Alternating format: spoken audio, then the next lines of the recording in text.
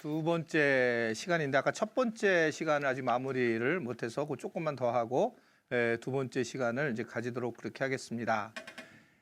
지금 이제 첫 번째는 교회와 가정의 어떤 연결성에 대해서 얘기를 하면서 사실은 이제 뭐 그 설교라기보다 제가 가지고 있는 목회 철학의 가치들을 좀 나누게 되었고요. 어떤 그리고 이제 그러면서 교회에 대한 정의 이게 중요하다고 보여지면서 결국 교회는 사랑 공동체라고 하는 부분을 가지게 되면 조금 우리가 교회나 가정이 어떻게 가야 할지를 조금 보여줄 수 있다 이런 것을 이제 살펴보게 되었습니다. 그러면서 이제 이 사랑이 왜 그렇게 중요하냐라는 것을 이제 첫 번째는 아까 하나님이 사랑이시기 때문에 결국은 이 사랑에 대한 부분들이 정리를 잘해야지만 우리가 방향을 제대로 정할 수 있다라고 생각을 하게 되었습니다. 근데 이 사랑이라는 것도 그런 것 같아요. 개인적으로 우리가 갖고 있는 생각은 하나님이 나를 사랑하신다라고 하는 생각을 갖고 있지만 뭐 쉽게 생각하시면 돼요. 하나님을 사랑을 교인들한테도 가르쳐 줘야 되는 부분인데 하나님이 사랑이신 걸 우리는 믿습니다. 그런데 문제는 내가 하나님을 사랑하는 것으로 단계를 바꿔야 된다는 거죠. 거기까지 나가야 된다는 거죠. 그게 하나님을 영화롭게 하는 일이 뭐냐? 바로 내가 하나님을 사랑하는 거예요. 그러다 보면 나는 어떤 일이든지 할 수 있고 어디든지 갈 수 있다라고 하는 생각을 갖게 되죠.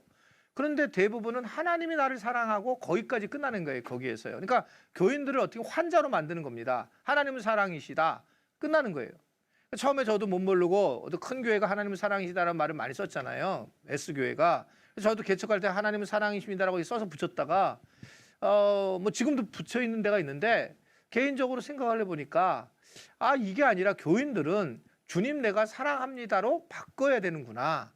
이런 생각을 하고 이제 표어도 바꾸게 되고 주님 사랑합니다로 생각을 하게 되었습니다. 가만히 생각해 보면 우리는 주님을 사랑하는 것이 훨씬 더 중요한데 이기적으로 신앙생활을 하면서 결국은 교회와 이 가정 공동체가 어려워지는 거죠.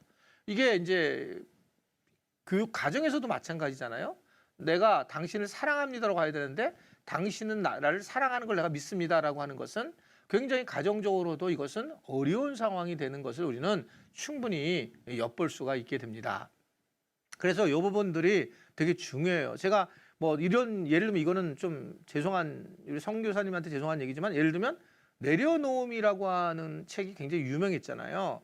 근데 이게 진짜 맞냐는 거예요. 내려놓음. 내가 내려놓을 수 있냐는 거예요. 사실 조금 더 생각을 하게 되면 내려놓아짐이지 우리가 내려놓는 것이 할 수 있느냐? 사실은 이거 할 수 없는 거라 저는 생각을 해요. 그러니까 그 선교사님한테 뭐라고 싶은 게 아닙니다. 이거 혹시 또 들으시면 참 미안한데 그런 것은 아니고 어떻든 우리가 내려놓아짐. 그러니까 교인들의 방향을 우리가 방향을 사랑한다라는 것도 바꿔놓 줘야 된다는 거죠. 하나님은 사랑이시니까 자기가 죄를 지고 그냥 막 살겠다 이게 아니라 내가 하나님의 사랑을 갖다가 알고 나도 하나님을 사랑하는데 그럼 어떻게 할 것인가 라고 하는 것을 가게 된다는 거죠. 자, 이런 걸 가르치면 어떻게 되느냐. 그러니까 저희 교회를 제가 어쩔 수 없이 얘기를 할 수밖에 없다고 얘기했잖아요. 저희 교회가 이제 10여 년 전에 이제 교회를 건축했는데 빚이 많았고 빚으로 졌었어요. 지금은 이제 상당히 많이 갚았지만 그랬을 때 이제 하이파이브 비전이라고 하는 게 있었어요.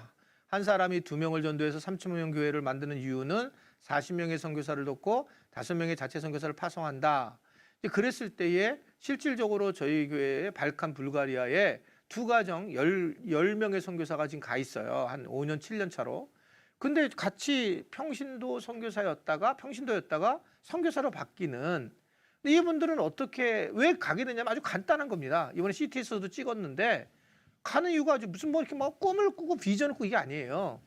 하나님을 나는 어떻게 하면 사랑하지? 이거예요. 하나님이 나를 사랑한다는데 하나님은 내가 하나님 나를 사랑한다니까 하나님이 너 나 사랑해? 그러면 선교지로 가.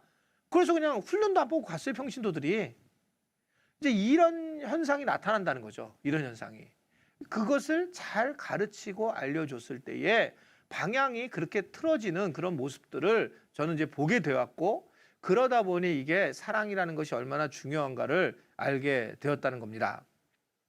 또 하나 우리가 사랑해야 되는 이유는 이웃을 사랑해야 되는 이유 이것도 이웃 사람이 사랑이기 때문에 그래요. 그러니까 결국 인간도 사랑 덩어리라는 거죠.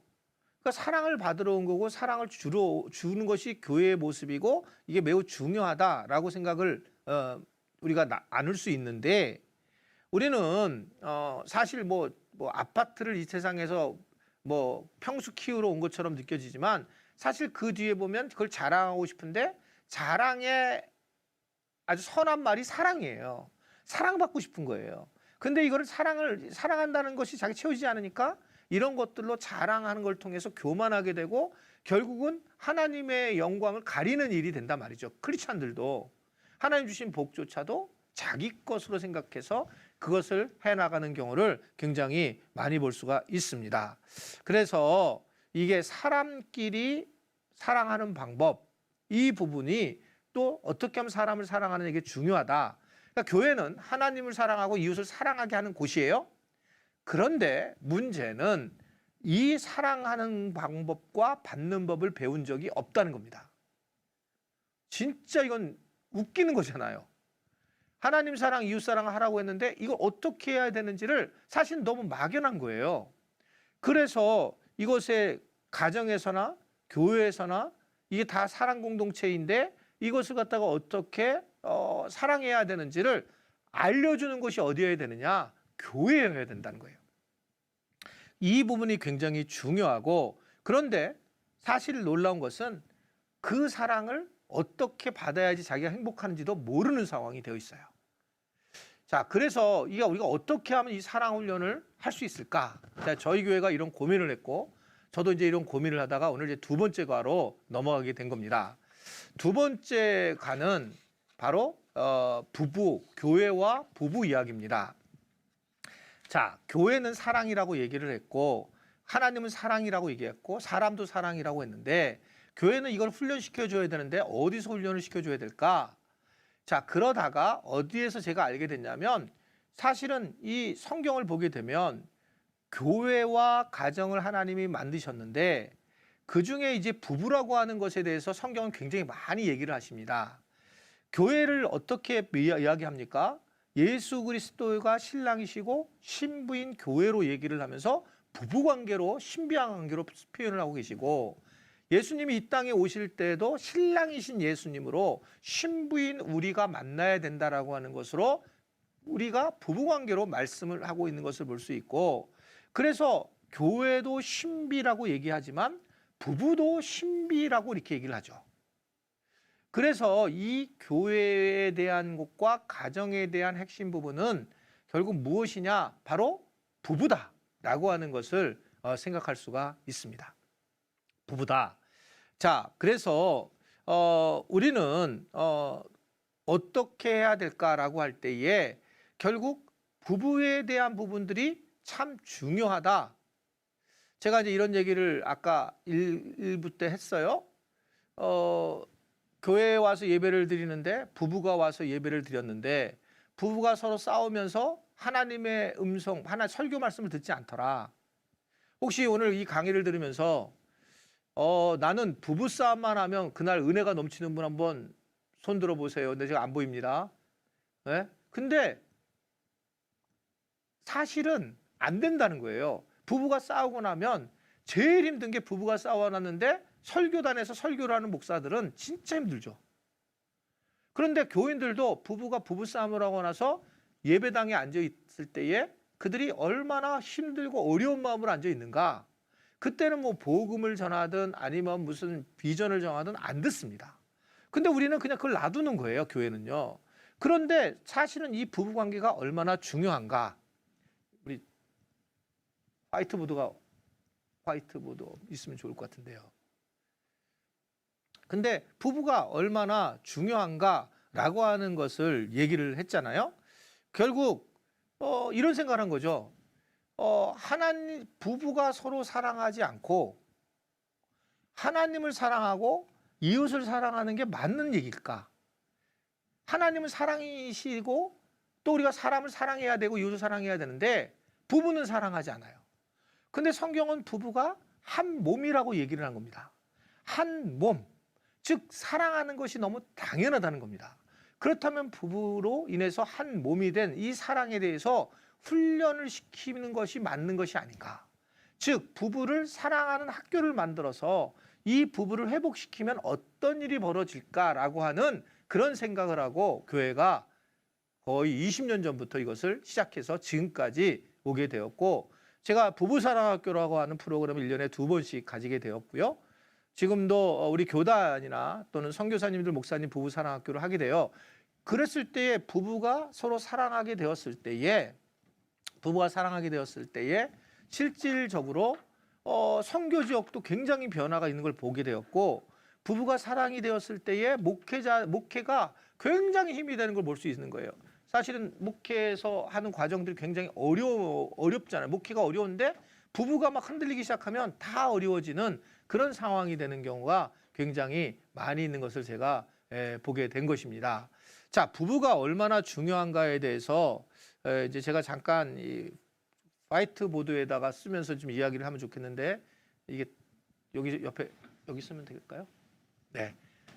이제 잘 보면서 따라 오시면 좋겠습니다. 그러니까 이게 제가 죄송해요. 뭔가 제 그림을 그릴 저거를 해줘야 되는데 그걸 못 하고 제가 그냥 이렇게 옛날 스타일로 화이트보드에다 이렇게 직접 하겠습니다.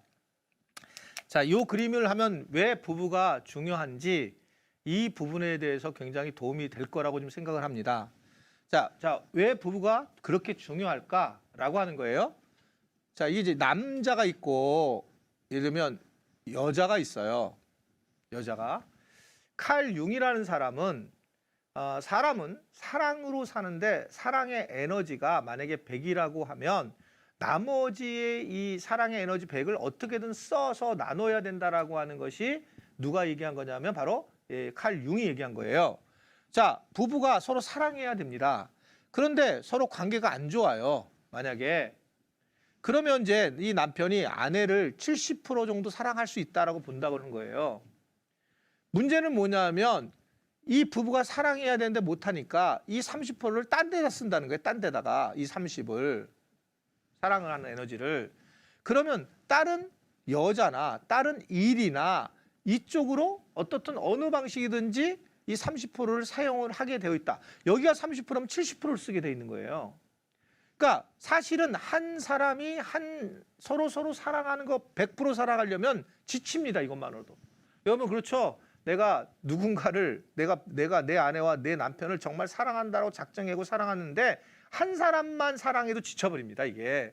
그래서 사도 바울도 웬만하면 결혼하지 말라 그런 거예요. 진짜 힘들거든요. 진짜 그 사람 만족시키기가. 근데 이 부부가 서로 한 몸이 되었는데 70%가 됐는데 30%는 여자나 또는 일을 한다든지 사역을 한다든지 이런 겁니다. 특히 남자 목사님들 같은 경우는 더 심해요. 그래서 사실은 목회라고 하는 것이 만약에 목회도 여기 포함되죠. 목회도. 그러니까 실질로 부부관계가 아주 좋은 그런 가정은 목회를 열심히 못하는 경우가 있어요. 아이러니하죠. 그러니까 특별히 이게 지금 대부분 이 남자는 만약에 이 남자가 이 아내랑 관계가 별로 안 좋았는데 30%가 되면 어떤 상황이 되냐면 만약에 이 사랑을 못 채우고 여기가 반대로 30%가 되고 여기가 70%가 되잖아요. 그러면 이 사람은 다른 여자를 만나야 돼요. 그래서 이 부분 문제가 어느 문제로 되냐면 이 사회적인 문제로 다른 여자의 문제로 나타나게 됩니다. 근데 이게 다른 여자는 이게 지금 이제 예를 들면 뭐 몰래 연애하는 걸 수 있지만 이게 술집 여자를 많이 간다면 그렇다는 거예요. 저는 가보지 못했지만 그런 데를. 근데 뭐라고 하냐면 이렇게 가서 여자를 이렇게 찾아가서 야, 나 오늘 내가 오늘 저기 부장님한테 욕 되게 먹었네. 이렇게 얘기하면 이 여자는 코가 맹맹해서 사랑을 이렇게 표현한다는 거죠. 아이, 사장님 너무 힘들었겠다. 이렇게 얘기한다는 거예요. 사랑을 느낀다는 거예요. 근데 아내한테를 만약에 얘기하면 아내는 야, 내가 오늘 부장님한테 너무 혼났다 그러면 아내는 뭐냐면 사실이 된다는 거죠. 야, 너 이번에까지 너 만약에 직장 간두면 죽을 줄 알아? 그리고 사실은 그 마음의 아픈 거를 받아들이지 않는다는 겁니다. 그러니까 이 사람은 계속 바깥으로 나가서 사실은 사회 문제를 일으키는 이러한 문제, 이러한 어떤 지금 문제 있는 상황이 이루어지게 되고, 이런 관계가 안 좋은 사람들은 대부분 다 일에 또 빠져가서 일 중독에 빠져가지고 부부관계가 이 안 좋은 사람들은 나머지를 내내 뭐 골프라든지 일로 가고 중독이 된다는 거죠. 그러니까 목회도 과도하게 하는 목사님들이 있어요. 목회를. 그러면서 부부관계 안 좋은 분들이 대부분 목회를 혼자 과도하게 하는 거예요. 그러면서 문제가 뭐냐면 딸은 여성도들하고 문제가 되는. 잘 보세요. 목사님들이 예를 들면 부부관계가 안 좋으면 다른 여성도하고 문제가 되는 겁니다. 그래서 여러분 지금 한국 교회에 이렇게 이 어떤 여성 문제가 이렇게 목회자들 관계 속에서 나타날 때 보세요. 한번요. 거의 다 뭐 저는 99%라고 생각하는데 부부관계가 심각하기 때문에 그래요. 부부끼리 사랑해야 되는데 이걸 못하고, 그러니까 이 사랑의 에너지를 딴 데 쏟는 거면 다른 교인들한테 쏟는 거예요. 그러니까 역기능 이상한 행동이 나오는데, 자, 문제는 제가 뭘 말씀을 드리냐면 부부관계라는 게 얼마나 중요한가. 이걸 그냥 놔두고 실제로 사회 문제가 일어나고 있다는 거예요. 사회 문제가 현재. 자, 그러면 자, 남편은 그럼 이쪽으로 간다고 치고, 그럼 아내는 어떨까요? 이게 아내가 만약 이 사람이 이제 아내는 만약 일반인들하고 보게 되면 이제 아내는 이제 교인이라고 본다면, 아내는 남편이 바깥에서 열심히 이렇게 막 일하고 뭐 이런 상황에서 여기도 외로운 거잖아요. 외로우니까 그다음에 이 아내가 가는 곳이 어디냐면 그다음에 교회를 다니면 교회예요. 교회하고 결혼하는 겁니다. 에너지를 50% 쓰면 50% 여기다 쏟는 거예요. 그래서 안 믿는 사실은 남편을 둔 아내들이 신앙생활을 엄청나게 열심히 해요. 이게 초대교회 때도 과부들이 되게 열심히 했잖아요. 이것의 문제가 심각했죠. 초대교회도. 근데 일반적으로도 교회가 개척교회 같은 거 할 때, 특별히 개척교회를 하게 됐을 때에도 이런 상황이 많이 나죠. 이 아내가 굉장히 교회를 열심히 하면서 아주 남편이 교회를 안 나오면 안 나올수록 더 열심히 해요. 그래서 이 교회에 특별히 누구를, 그냥 목사님이 계시잖아요. 근데 문제는 이 남편이 지금 여기가 문제인데, 부부관계가 문제인데, 여기가 문제인데 남편이 누구를 싫어하냐면 교회를 싫어합니다. 교회 나오지도 않아봤는데. 왜 그럴까요? 왜 그러냐면 지금 이 남편이 이 아내의 관계가, 사랑의 관계가 지금 해결이 안 돼놓고 아내가 교회를 사랑하는 걸 느끼면서 이 아내가 이 교회를 싫어해요. 특별히 여기에 목사님을 싫어해요. 그런데 얘네 둘, 이 아내와 이 교회는 이거 상황을, 이 구조를 모르니까 어떻게 생각하냐면 남편을 전도하겠다고 생각하고 있어요. 지금 문제는 뭐냐면 여기에요. 여기 부부의 문제예요. 부부 문제를 해결하지 않았는데 이게 지금 남편이 교회를 나올 수 있느냐. 그래서 저희는 이 부분을 해결했단 말이에요. 이 부분을. 그러니까 어떤 일이 벌어지느냐면 이 남편이 여기가 해결이 되면 진짜 아내가 좋은 교회에 나와서 열심을 내더라. 이게 제가 충격이었어요. 그게 이제 저희 교회 남성들이 중심인 교회가 된 이유 중에 하나입니다. 결국은 남자들이 교회 사역자로 등장하는 부분이 어디에서 어렵냐면 이게 얄미워서 교회를 안 나와주는 건데, 교회를 여기를 풀어줬더니까 이 남편들이 이 교회를 사랑하는 마음이 생겨서, 저희 교회는 그래서 주일날 사역들이나 이렇게 뭐 식사 같은 것도 남자들이 다 해요. 남자들이 토요일날 나와서 음식도 하고 뭐 설거지도 남자들이 다 하고, 또 남자들이 남성 특세로 따로 모이고, 남자들의 뭐 남성 블레싱을 따로 하고, 남자들이 뭐 1박 2일 따로 가고, 이런 일들을 하게 됐던 이유가 남성 중심의 교회로 교회가 바뀌게 됩니다. 이것은 굉장히 큰 장점이에요. 남성 중심의 교회는 결국 교회의 힘이 아우리치를 한다는 거거든요. 내부로 지향을 하지 않고. 그런 이제 장점을 가지고 있었죠, 저희 교회가. 뭐 지금은 이렇게 하면 되게 자랑 같은 것 같아서 지금은 그렇지 않습니다. 그러니까 뭐 그 정도는 아니지만 어떻든 그러나 전체적으로 남성 중심의 교회는 맞습니다. 남성 중심적인 교회가 되는데 그 핵심이 뭐냐면 여기를 해결해 줬다는 거죠. 얘하고 얘는, 교회하고 이 남자애는 서로 안 돼요. 구조가. 자, 그래서 여기서 뭐가 생기냐면 신앙 문제도 생긴다는 거예요. 신앙적으로도 문제가 생기더라. 신앙적인 문제가. 자, 이게 해결이 안 되니까 지금 여기까지 가게 된 거예요. 여기까지. 그러니까 얘 아내가 여기를 소개하기 위해서 우리 목사님은 설교 잘하고 뭐 우리 목사님은 뭐 이렇게 자랑해도 듣지 않고 이 부분을 해결해 줬더니 놀랍게도 이 사람이 눈물을 회복하면서, 그러면서 사랑을 대한 회복을 하면서 하나님과의 관계의 회복이 되더라. 얼마나 부부의 문제가 중요한가라고 하는 것을 얘기하고 싶은 거예요, 지금요. 이 부부라고 하는 이 부부가 한 몸이라고 하는 이 부분을 다시 사랑의 한 몸으로 만드는 것이 얼마나 중요한가. 그런데 이 부부가 이제 애를 낳잖아요. 아들을 낳았어요. 아들을 낳으면 어떻게 생각합니까? 지금 이거에 사랑의 에너지가 이제 이렇게 있는 사람도 있지만 반대로 이쪽 관계가 없는 사람들은 여기에서 내가 남편을 믿고 살까? 에너지가 어디 보냐면 내가 아들을 믿고 살지 하고 아들하고 결혼을 하는 겁니다.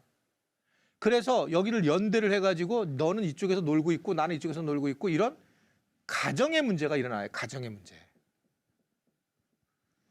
네? 가정의 문제가 일어나는 거예요. 그러니까 이게 지금 둘이 이렇게 하나가 돼가지고 결국은 이제 아빠에 대해서 남편에 대해서 이렇게 생각하는 모습이 되고 여기서 지나치게 사랑을 하는 거야. 지나치게 사랑을 해서 얘를 뭘로 만드냐면 마마보이로 만드는 거죠. 그래서 엄마가 객관적으로 하는 게 아니라 너무 사랑을 해주는 겁니다. 아들. 그래서 옛날에 아들이 전체가 아들이 모든 것의 중심이 된 거예요. 부부의 문제가 해결이 안 되니까 아들한테 사랑을 느끼고 아들에게 사랑을 아주 굉장히 크게 주는 거죠. 그래서 가정의 문제가 일어나고 이게 객관적으로 여기에 둘이는 별로 안 좋아져요. 물론 이게 프로이드가 서로 간에 안 좋다고 이렇게 얘기를 하고 있지만 어떻든 간에 그래서 서로 관계가 이런 형성이 된단 말이죠. 자, 그런데 이런 관계가 별로 문제가 없다가 언제 문제가 생기냐면 얘도 나이가 먹어서 뭘 해야 돼요? 결혼을 해야 돼요. 그러니까 얘는 두 번째 결혼을 합니다. 이 아들은. 두 번째 결혼을 하는데 지금 결혼이 아내가 둘이에요. 원, 투. 그러니까 이 첫 번째인 아내는 거의 사랑으로, 정으로, 돈으로 이 아들을 묻게 되죠. 그리고 난 다음에 이제 이 여자랑 이 아내랑 결혼을 하게 됐는데 이 둘이 생기면서 이 관계가 첫 번째, 퍼스트, 세컨드 아내가 생긴 거예요. 그래서 둘 다 관계는 무조건 안 좋습니다. 이걸 무슨 관계라고 그래요? 고부 관계라고 하죠. 고부 관계. 며느리와 시어머니 관계. 이 관계는 무조건 나쁘다. 이거는 진짜 그 구조 자체가 안 되는 구조입니다. 그러니까 이걸 인정하라는 거예요. 이걸 인정. 이 부분에 대해서. 그러니까 서로 근데 이 부분에 서로 인정을 하지 않고 갑자기 여기서 이제 얘는 이 관계를 늘 형성하고 있으니까 아들과의 관계 갑자기 새로운 며느리한테 물어보죠. 야, 너랑 나랑 무슨 우리 시어머니 무슨 며느리 관계가 아니라 딸로 하자. 그럼 얘는 또 여기 또 돈이 있잖아요. 그래요, 어머니. 이러면서 둘이 관계가 어떤 관계가 되냐면 딸과 어머니의 관계가 되는데 천만의 만만의 말씀. 사실은 여기서 분리를 좀 해야 되는데 안 하고 이러면서 굉장히 심각한 문제가 되죠. 자, 이 관계에서 등 터지면서 있는 힘든 애가 얘죠. 첫 번째 아내와 두 번째 아내 사이에서. 그러니까 얘는 되게 어려운데 얘가 이제 어느 날 이렇게 있는데 여기 첫 번째 아내한테 전화가 오는 거예요. 어머니가 늙었으니까. 어머니한테 뭐라고 전화가 옵니까? 어머니가 너 지금 오늘 뭐 하니? 그러면서 이게 막 그런 거 그러면 이제 대부분 효자예요, 효자. 네, 목사님들 중에서 그런 분들 있죠. 효자예요. 효자니까 어머니 왜 그러세요? 그러는 거예요. 그러니까 아프세요? 그랬더니 이제 아이고 그러면 바로 오늘 저녁에 내가 거기 가겠습니다. 집에 잠깐요. 들리겠습니다. 그리고 나 거기 자야 될 것 같습니다. 이제 얘기하면 진짜 아팠던 엄마가 갑자기 딱 슈퍼우먼처럼 깨어나가지고 음식도 하고 얘가 좋아하는 잡채도 만들고 이런 상황이 되는 거예요. 그게 진짜 낫는 거예요. 그러니까 얘가 첫 번째 아내한테 가려고 할 때에 두 번째 아내한테 전화하는 거죠. 여보, 아무래도 어머니가 너무 아프셔. 내가 오늘 그 집에 가서 자야 될 것 같아. 그러면 이 아내는 여우들이잖아요. 다 탁월한, 다 알잖아요. 이게 또 여우짓을 했구나 이걸 생각해요. 그러면서 그래 알았어 하고 서로 관계가 멀어지면서 얘는 내가 누구 믿고 살까? 아들 믿고 살지. 그래서 그날 저녁에 또 아들과 잘못된 사랑의 관계를 형성하는 거예요. 가족 관계가 굉장히 가정 관계가 무너지게 된다는 거죠. 신앙 관계, 사회 관계, 그러니까 모든 관계가 무너지게 되더라는 거죠. 제 일로 갈게요, 이제요. 목사님. 이쪽으로요.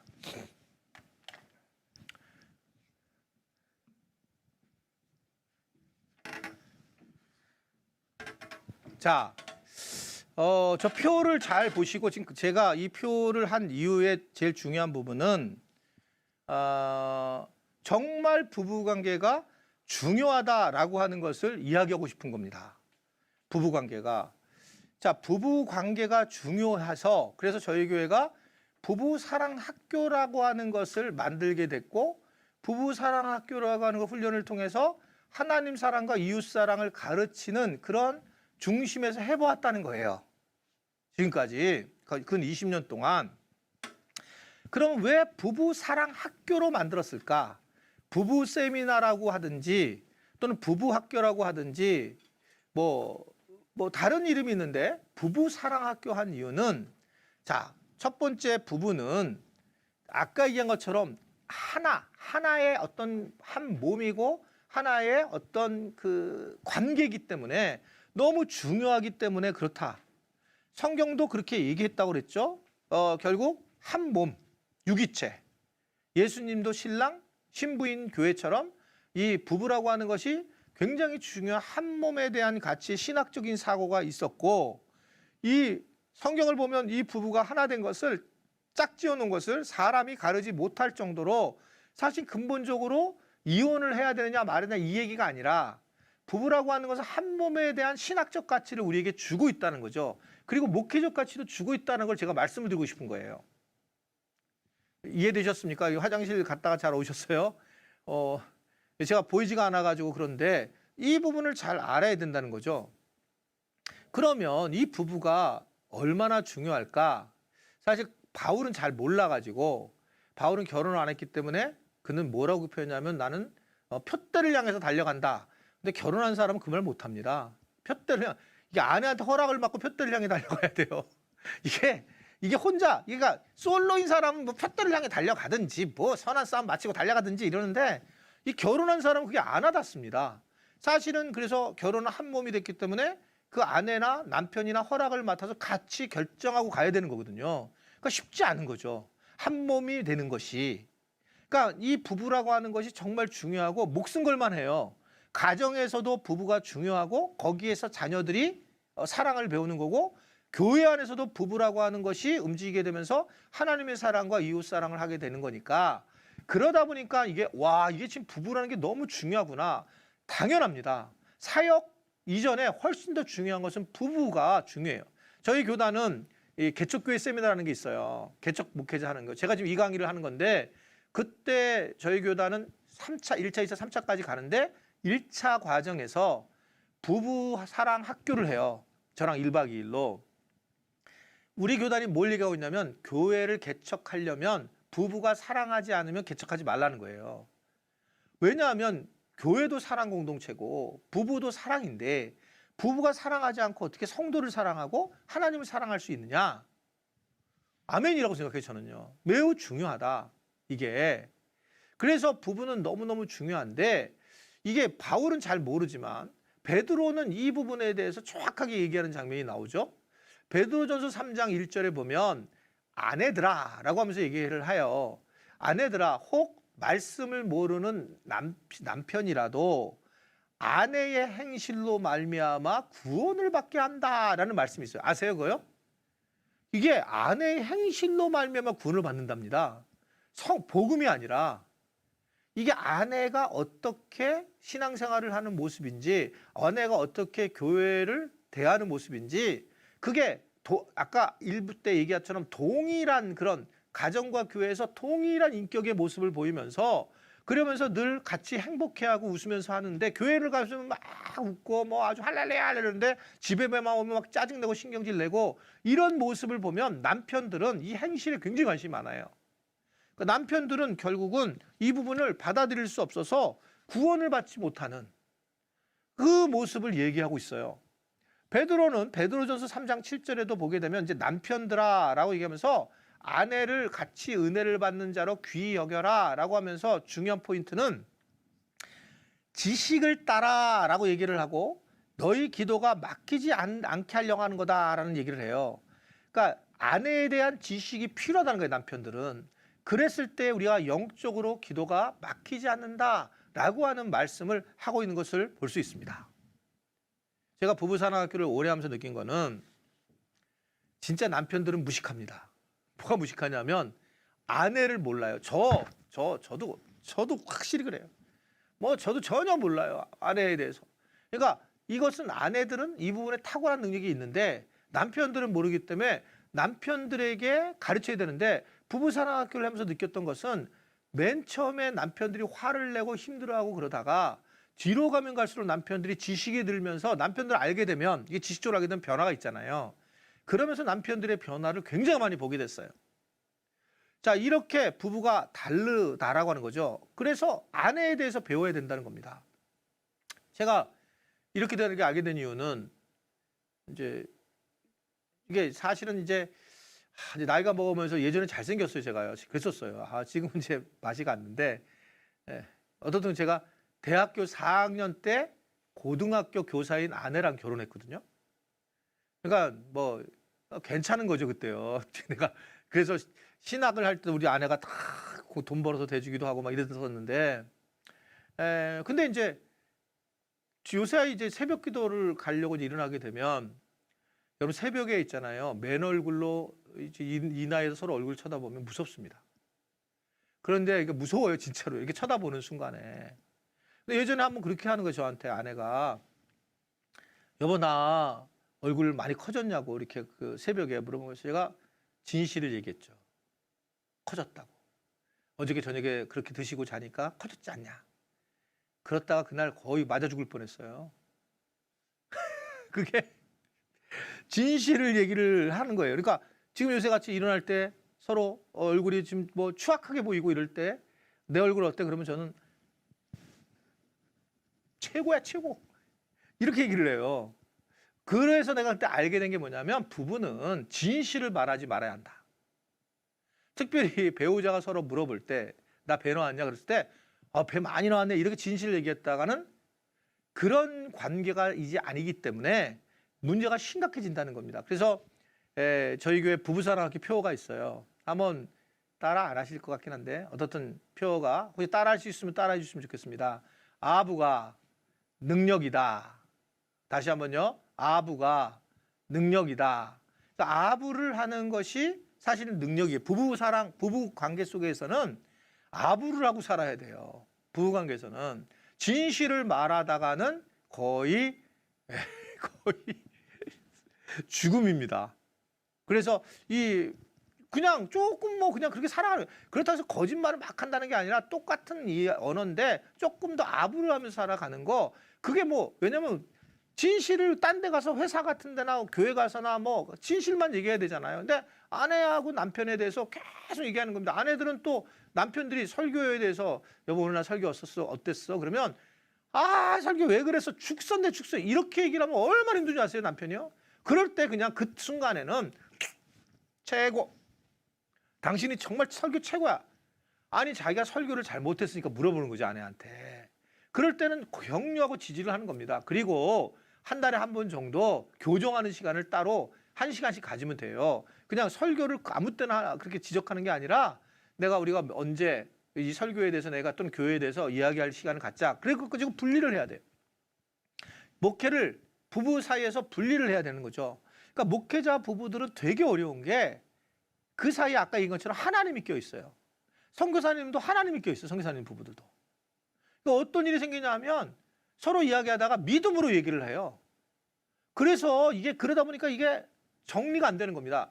기억하셔야 될 것은 이렇게 목회자 부부나 선교사님 부부나 하나님 얘기하면 안 돼요. 서로 부부간의 관계 속에서 하나님의 얘기를 하지 않고 그냥 부부의 관계를 그냥 표현한 내 이기적인 거 상대방 이기적인 거 인정을 해야 되지 거기서 무슨 결단을 하고 거기서 무슨 믿음으로 반응하고 부부관계가 그거 하나님도 힘드세요. 서로 간에 지금 한 몸인데 한 몸을 만들어 놓고 그 몸이 그 하나가 하나님을 향한 믿음으로 나가는 것이지 서로 한 명 한 명이 뭐 믿음을 갖고 막 예언을 하고 막 이러면서 하게 되면 그래서 목회자들이 제일 어렵습니다.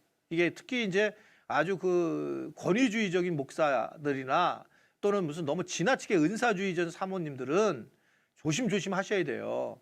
그래서 서로 그냥 개인적인 그런 목회자 부부들은 선교사님 부부들은 그냥 내려놓고 서로에 대한 이야기를 나누는 것이 굉장히 부부가 사랑하며 회복하는데 도움이 된다라고 볼 수가 있습니다. 자, 부부가 중요하고, 그리고 왜 부부가 중요하냐?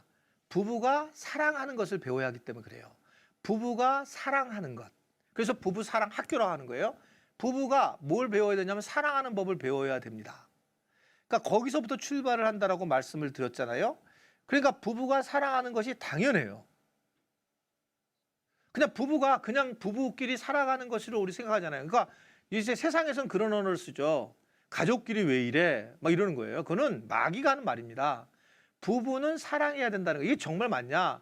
그러니까 저희 교회 부부 사랑학교를 해보니 30대, 50대, 60대 뭐 다 해봤는데 옛날에 그 솔로몬과 술람미 여인이 가졌던 감정을 회복하는 걸 제가 봤어요. 왜 그러냐면 원래 우리는 사랑하는 자들이거든요. 근데 원래 사랑하는 자들인데 서로 간에 계속 상처를 주고 억압하고 누르고 함부로 대하면서 이 상대방에 대해서 포기를 한 거예요. 그러니까 부부 사랑학교는 이 사랑에 대해서 다시 회복하도록 중간에 역할을 해주는 거예요. 그럼 네가 그 사랑을 갖다가 요구했을 때 이 사람이 뭘 반대했는데 뭘 네가 원했는데 이 사람이 뭘 안 해줬는데 이거를 갖다 밝혀주는 거예요.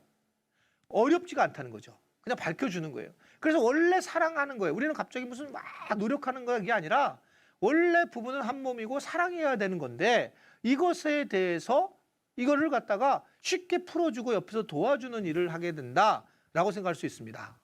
그런데 이 사랑하는 것이 왜 이렇게 어려울까? 왜 부부는 이렇게 사는 게 힘들까? 사랑하는 것이 왜 어려울까?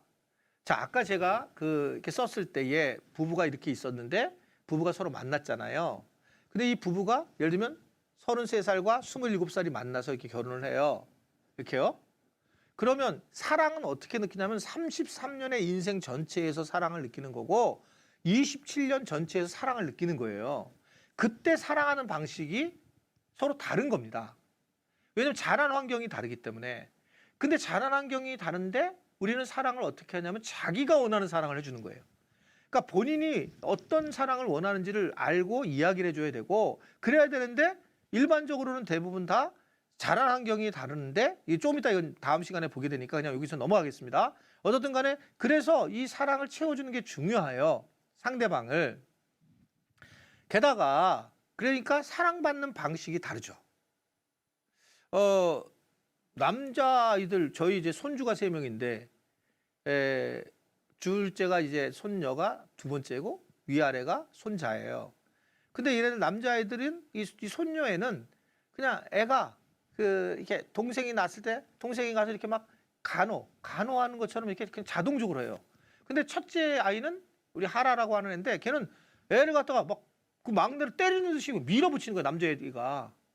그러니까 이게 막 걱정을 하는 거죠. 근데 딸은 이게 공감을 하면서 막 예뻐하고 이러는 모습을 보는 거예요. 이게 태어나서 이게 어떻게 보면 형성이 된 거죠. 이 자체가.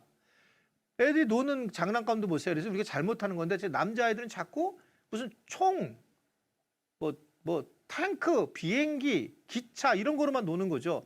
그러면서 그러니까 와 부서뜨리고 이런 상황을 하는 거예요. 그러니까 애들이 거칠어지는 거죠. 근데 여자들은 어떻습니까? 계속 뭐 백설공주 뭐하고 뭐 왕자님이 오게 되면서 관계하는 걸 배우잖아요. 그러면서 선생님이 오셨다고 선생님 오셨어요 이러면서 관계하는 것을 딸들은 배우게 되죠. 다르게 형성됐다는 거예요. 옳고 그름을 따라서 다르게 사람은 형성이 됐고 그래서 결국 이것이 참 우리가 좀 잘 알아야 된다는 거죠. 그러니까 지금도 이제 학폭 문제가 이렇게 나오잖아요. 학폭 문제가 이게 여자들 사이에 지금 나왔지만 남자들이 막 터뜨리기 시작하면 끝이 없을걸요.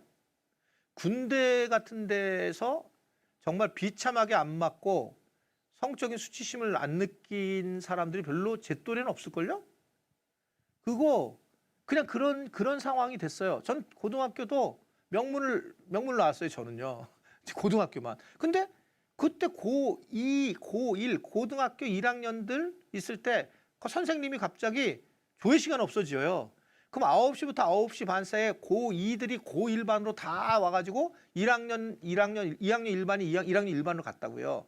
그리고 거기서 이 자기 군기 빠졌다고 때렸단 말입니다. 교회가 막 그 학교가 전체가 막 두들겨 맞는 소리가 났어요. 그리고 선생님들은 그 교무에 모른 척하고 있었다고요. 그러면 그 2학년 선배들이 1학년 선배들한테 짜장면 사주고 많이 좀 때렸을 때는 탕수육을 좀 플러스 해가지고 하고 이런 이제 현상을 가면서 서로 간에 관계 형성했다고요, 이게요. 그러니까 남자들은 사랑을 그런 식으로 표현했다고. 때리면서 먹이면서. 근데 여성분들은 이건 말도 안 되는 얘기입니다. 굉장히 다른 거죠. 굉장히. 그러니까 사랑을 받는 방식이 다른 겁니다. 하나 뭐 퀴즈를 내볼게요. 이게 혹시 댓글을 달 수 있을지 몰라서 뭐 얼마나 지금 듣고 계시는지 모르지만 제가 이제 결혼을 대학교 4학년 때 했다 그랬잖아요. 첫 번째 이제 그래서 결혼 기념일이 다가왔어요. 그래서 결혼 기념일 전에 이제 성탄절이 와서 성탄절 때 이제 제가 아내가 굉장히 추위를 많이 타서 제가 선물을 샀어요. 근데 선물을 어떤 걸 샀냐면 전기 히터를 나름대로 좀 이렇게 예쁘장한 거를 사서 박스에다 집어넣어서 이제 선물을 딱 계속 이렇게 패킹을 해서 줬어요. 근데 성탄절 날 들어갔더니 아내가 뾰루통한 거예요. 그래서 내가 아니 왜 뾰루통하냐고. 그러니까 이 선물이 이게 뭐냐는 거예요. 질문. 이 선물이 뭐가 잘못된 거예요? 정말 나는 이해가 안 되고. 왜냐면 아내가 추위를 많이 타니까 추위 많은 타는 것을 해주고 그래서 내가 잘 포장까지 해서 줬는데 아내는 이거에 대해서 마음이 힘들어진 거예요. 속상해하는 거예요. 한참 나중에 들었는데 뭐 때문에 그런 줄 아세요? 이걸 아셔야 되는데 이게 지금 확실히 오프라인을 있어야지 이렇게 좀 질문하면 재밌는데 뭐냐 하면 아내가 이런 얘기 하더라고요. 여보, 나는 내 거를 원하지 가전제품을 원하지 않아. 내 머리핀 하나라도 내 선물을 원하지 가전제품을 원하지 않아. 이게 남녀가 얼마나 다른지를 보여주는 거거든요. 이게요. 그때 제가 여자를 알 수 없다. 정리했어요, 제가요. 여자는 잘 모르겠다. 사실은 그래서 저희 부부사랑학교를 만든 것은 제 아내하고 나하고 지금 결혼 한 33주년인데 30년 이상을 싸워서 만들어진 거예요. 그냥 이렇게 뭐 만든 게 아니라 그럼 둘이 이걸 누군가 도움을 받아야 되는데 그게 아니라 막 서로 막 싸우고 해결을 하면서 그러면서 사실은 이 프로그램이 진행이 되고 만들어져서 지금 이제 사용이 되는 건데요. 그 뭐 굉장히 막 상했어. 나는 정말 마음을 다해서 해준 건데 그런 이제 굉장히 서로 다름이 실제로 있다라고 하는 것을 볼 수 있습니다. 그러면 7분 남았어요. 두 번째 타임이. 결국은 부부 사랑 학교라고 하는 마지막 학교를 하게 된 이유는 학교라는 말을 쓰게 된 이유는 사랑은 학교에서 배워야 한다고 본 거예요. 부부가 사랑하는 것은 학교를 다녀야 한다. 그냥 되는 게 아니라는 거죠. 근데 교회가 그걸 그냥 놔둔 거예요. 놔두니까 여기서 문제가 된단 말입니다. 결국은 그래서 부부 사랑을 하는 학교에서 그걸 배워서 그것을 잘 배우게 되면 하나님의 관계와 이웃과의 관계가 좋아지고 가정과의 관계와 교회 관계가 좋아지는데 이게 배우지 않게 되면 모든 관계가 어려워지면서 교회나 가정에 어려움이 생기는 과정을 갖게 되고 하나님과의 관계도 상당히 어려워집니다. 이게 실제로 그런 모습으로 나타나는데 고린도전서 7장 5절의 말씀을 보면 서로 분망하지 마라. 다만 기도한 틈을 얻기 위하여 합의상 얼마 동안은 하되 다시 합하라. 이는 너희가 절제하지 못함으로 말미암아 사탄이 너를 시험하게 함이라 라고 이야기를 하고 있어요. 결국 부부가 한 몸이 안 되는 상태에서 아까 제가 보여줬던 그런 구조가 있잖아요. 그 브랜치 그것의 상황에 따라 굉장히 죄를 범하게 만드는 상황이 돼서 성적인 문제도 그래서 굉장히 중요한 건데 영상으로 하는 거니까 얘기하지 않겠어요. 어떻든 간에 그래서 이 부분은 굉장히 중요해요. 사랑을 갖다 그렇게 느끼기 때문에 남자들은 사랑을 성적으로 많이 느끼는데 아내들은 또 그런 방식이 아니잖아요. 근데 그것 때문에 계속 문제가 또 되는 거예요. 이게. 그러니까 이게 교회에서 이 문제를 드러내서 해결해 줘야 되는데 가만히 있으니까 막 이런 분노와 이런 속상함들이 엉켜 있는 모습을 가지고 있습니다. 그러면 이 문제를 어떻게 해결하게 될까? 중요한 포인트는 건강한 부흥회를 계속해야 된다는 것입니다. 이게 신혼이라는 말이 신나게 혼이 난다 준말이라고 그래요. 결론적으로 혼이 난다 준말이라고 그럽니다. 그러니까 결혼 안 하고 사는 것이 어떻게 편할 수 있어요. 그래서 요새 젊은이들은 그렇잖아요. 그런데 우리가 결국은 이게 서로 간의 부부가 왜 지금 평행성을 가지고 가느냐, 사랑을 하지 않느냐, 그 이유는 서로 싸우지 않는 겁니다. 어느 순간에 포기를 하고 살아가는 거예요. 포기하게 되면 사랑도 못해요. 그래서 우리 부부 사랑학교에서 하는 것이 제일 중요한 방식은 사실은 싸움을 붙이는 거예요. 그런데 이게 중간에 사람이 껴있고 이것에 대해서 속 안에 있는 솔직한 내가 사랑하는 마음, 이것이 드러나게 되면 명료하게 알 수 있는데 그게 잘 안 되는 경우가 굉장히 많이 있는 걸 볼 수가 있습니다. 그래서 우리는 그냥 부부를 싸우는 거를 부흥회라고 얘기를 합니다. 그래서 교인들이 오늘 부흥했다 이런 얘기하면 집에서 그거 싸고 온 거예요. 그걸 표현을 하는 거예요, 교회에서. 그리고 나는 오늘 심령 대부흥회를 했다 그러면 이혼까지 얘기했다는 거예요. 그래서 심각한 싸움이 됐다. 이런 이야기들을 함께 나누는 과정으로 이제 가게 되는 경우를 볼 수가 있습니다. 그래서 결국은 이런 싸우면서 내가 가지고 있는 중요한 가치가, 사랑의 가치가 뭔지를 알려주는 거기 때문에. 근데 가만히 있으면, 포기하고 있으면 무시하고 어떻게 생각하면 비난하는 쪽으로 가지, 결국은 그런 자기가 서로 합의를 하지 못하는 이런 상황으로 가게 되는 것들을 오늘 우리는 볼 수가 있거든요. 그래서 우리 목회자 부부도 시간을 정해서 싸우셔야 돼요. 싸운다는 게 막 소리를 내서 싸우는 게 아니라 자기 의견을 이야기하는 거, 내가 뭐를 어떻게 하는지를 원하는 것을 이야기하는 거예요. 그래서 세 번째가 방식이 상대방이 원하는 방식으로 사랑해 주는 것을 가르쳐 주면 된다는 거예요. 설교에도 그런 얘기를 하셔야 돼요. 자기가 사랑하는 걸 잘 몰라요. 뭐 어떨 때 사랑을 느끼는지. 그리고 그걸 해주기를 원하는 마음이 있는 거예요. 자기가 모르는데. 그러니까 문제가 생기기 시작하는 거예요. 그런데 그걸 내가 원하는 게 이거니까 이렇게 사랑을 해줬는데 이게 느껴져 이럴 때 이렇게 얘기를 해줘야지만 서로 관계가 좋아지는데 그렇지 않은 거예요. 상대방은 자기가 원하는 방식의 상대방을 해주는 겁니다. 여기서 문제가 되는 거죠. 예수님이 요한복음 5장에 보면 38년 된 병자를 만나게 되잖아요. 그 38년 된 병자를 보면 예수님이 일반적으로 38년이나 된 병자를 보면 병을 고쳐주시는 게 당연하잖아요. 그런데 그 38년 된 병자에게 한 말이 뭐냐면 네가 낫기를 원하느냐라고 질문을 해요. 원하느냐 하는 거예요. 그러니까 원하는 것에 대해서 예수님이 많이 물어보세요. 여러 곳에 많이 물어보는데 너가 정말 원하는 게 뭐냐는 거예요. 아마 38년 됐으면 원하지 않아요. 38년 그냥 살고 싶은 거예요. 이게 우리의 부부관계의 모습입니다. 이대로 살다가 그냥 끝나고 싶은 거예요. 그래서 65세, 70대신 분들은 부부사랑학교 효과가 없습니다. 그냥 살다가 가고 싶어요. 서로 피차간에 포기를 했기 때문에.